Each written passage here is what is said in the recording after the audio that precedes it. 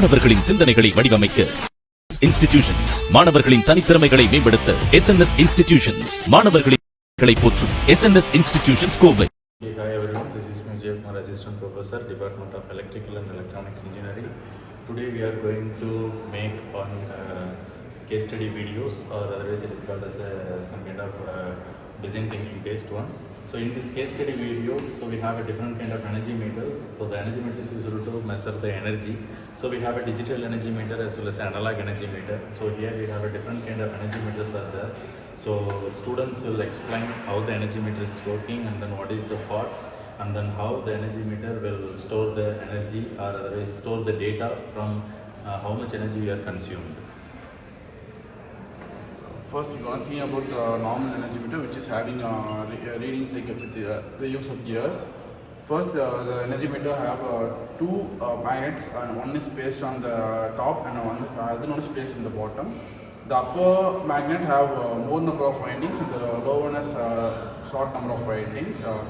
And in the center, a disc is kept, which is rotated due to the magnetic flux created between them. And due to the rotation of this flux, we can find the readings in this gear by the gear setters. We can see that due to the rotation of this disc, the number of counts is found, and according to the count, the readings will be taken. Okay, and also, so we have a current coil and then pressure coil.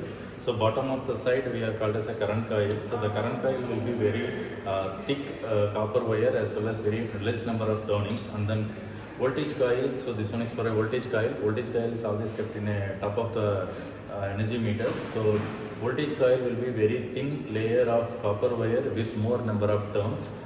Voltage coil will produce the voltage flux, and then current coil will produce the current flux based on the voltage flux, and then current flux. The resultant torque will be produced. That resultant torque try to rotate the disc. So the disc is always connected with the gearing arrangements and then dialing systems. So the gearing arrangement will help to move some rotational movement. That means a linear torque into rotational torque. So now we have a digital dial. So zeros, ones, tens, hundreds, thousands. So like this, the energy meter reading will taken. And also we have a shaded pole here. So this is shaded pole will help to avoid the damping of the rotational blade. That means rotational coil. So this shaded pole coil will give uniform flux to the disc as well as current coil and then voltage coil. So both the voltage coil and then current coil will be always energized, but current coil will be energized only when the load is connected. So because the current is always connected in a series combination. So when turn off the loads, the voltage coil always give the flux pi 1, but the current coil will produce the flux pi 0. But when we are connecting the load, so then it will create the flux pi 2 flux. So based on the pi 1 flux and then pi 2 flux, it will produce the resultant flux. And also the entire system will covered by some kind of metal case, and also in front we are using a fiber glass or a fiber material. So in order to protect the energy meter with some kind of external problems or external accidents. So and also in nameplate detail also says so how many turns it has. So 1500 revolution per kilowatt hour means when the disc is completed 1500 revolution, it will be calculated as a 1 kilowatt hour. So that is called as a 1 unit.